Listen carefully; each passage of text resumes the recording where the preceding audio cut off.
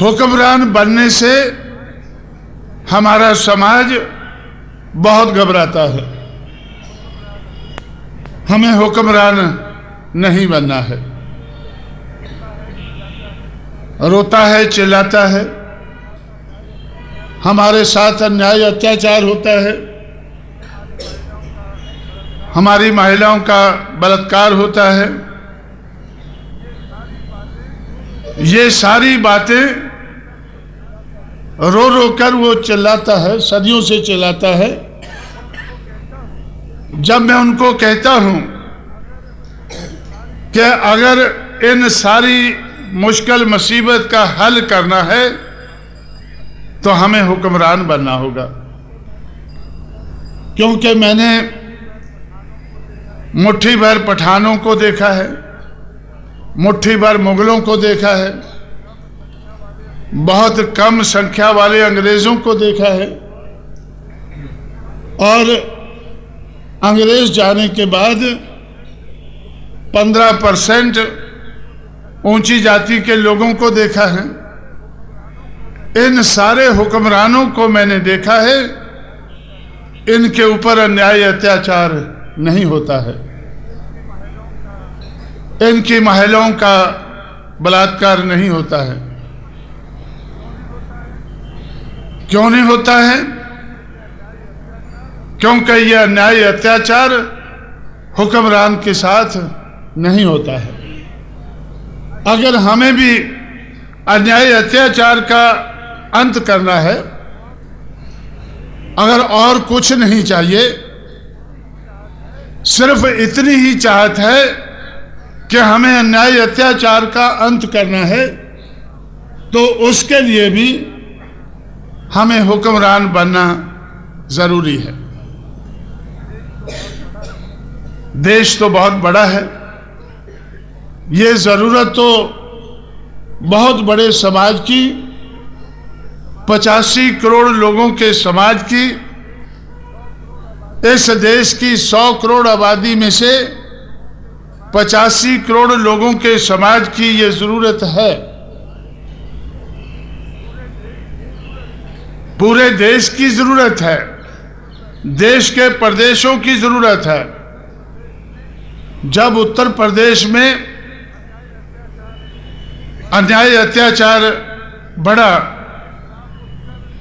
उसके खिलाफ उठकर जिनके साथ अन्याय होता था उनको हमने तैयार किया, उनकी कुछ शक्ति बनाई, उनके कुछ एमएलए एमपी चुनकर लाए। उसके आधार पर हमें भी सरकार में हिस्सा डालने का मौका मिला। पूरी सरकार तो नहीं बनी, सिर्फ हिस्सा डालने का मौका मिला। जो हमारे सहयोग से दूसरों की सरकारें चलती थी, दूसरों के सहयोग से हमें भी सरकार बनाने का, चलाने का मौका मिला। और जिस अन्याय अत्याचार के खिलाफ मेरी गैरहाजिरी में मायावती संघर्ष कर रही थी, उत्तर प्रदेश में एक जगह है अलीगढ़। आप लोगों ने, खासकर अंबेडकर के मानने वाले लोग, अलीगढ़ आगरा के बारे में यहां भी जानते होंगे कि अम्बेडकराइट मूवमेंट श्री बीपी मौर्य, संगप्रिया गौतम के माध्यम से उस क्षेत्र में चली थी। कुछ एमएलए एमपी उधर से उस वक्त बने थे। इसलिए जब वो मूवमेंट खत्म हुई, जो जाटव लोग, शेड्यूल कास्ट के लोग उस मूवमेंट को चला रहे थे, वो अन्याय अत्याचार का शिकार हुए और एक भट्टे के ऊपर जाटव मजदूर औरतें काम करती थी। 16 औरतों का एक रात को बलात्कार हुआ।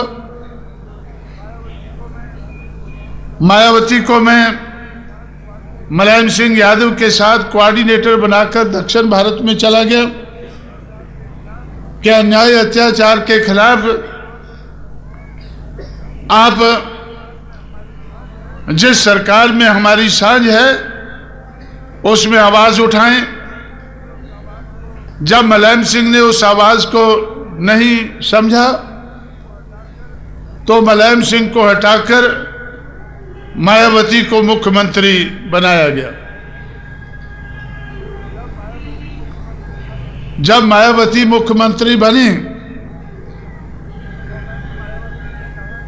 तो मैंने मायावती से कहा कि सबसे पहले जुल्म ज्यादती का, अन्याय अत्याचार का अंत करना चाहिए। पहले 2 महीने में मायावती ने 1,45,000 गुंडों को गुंडा एक्ट लगाकर, गैंगस्टर एक्ट लगाकर जेल में बंद किया। उत्तर प्रदेश के सूबे में 1,45,000 लोगों के ऊपर गुंडा एक्ट लगाकर, गैंगस्टर एक्ट लगाकर बंद किया और 2 महीने के अंदर जो गुंडे जेल से बाहर बचे वो उत्तर प्रदेश छोड़कर दूसरे प्रदेशों में भाग गए और बहुत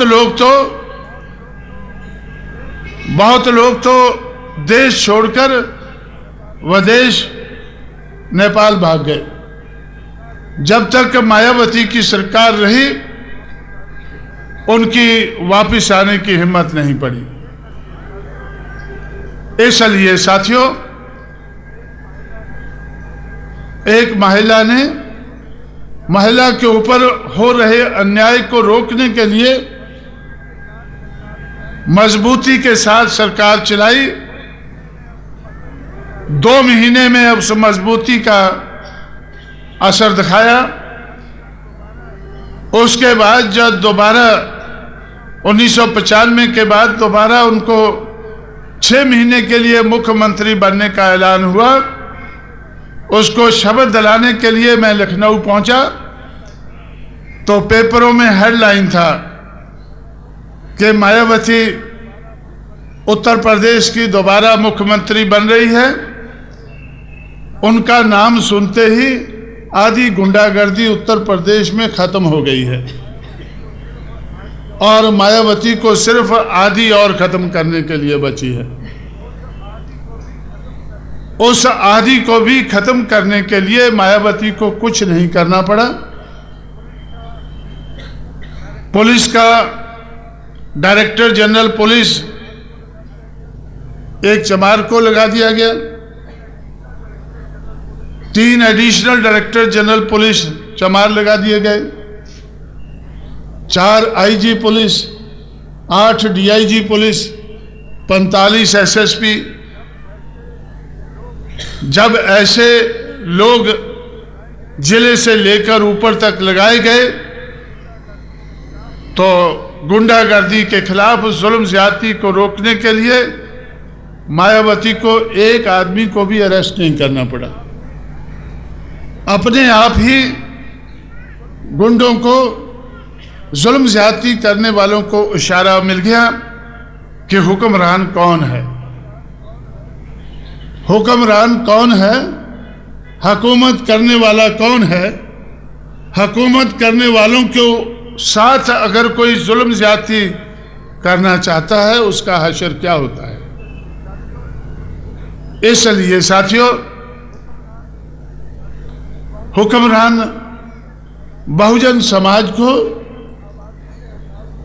अगर आबादी के हिसाब से नहीं, अगर डेमोक्रेसी के आधार पर नहीं,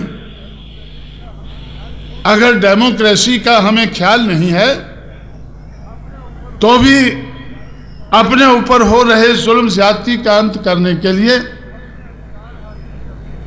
अपने अधिकार हासिल करने के लिए, अपने आप को आगे बढ़ाने के लिए जिंदगी में दूसरों की तरह से बहुजन समाज को इस देश का हुक्मरान समाज बनना बड़ा जरूरी है।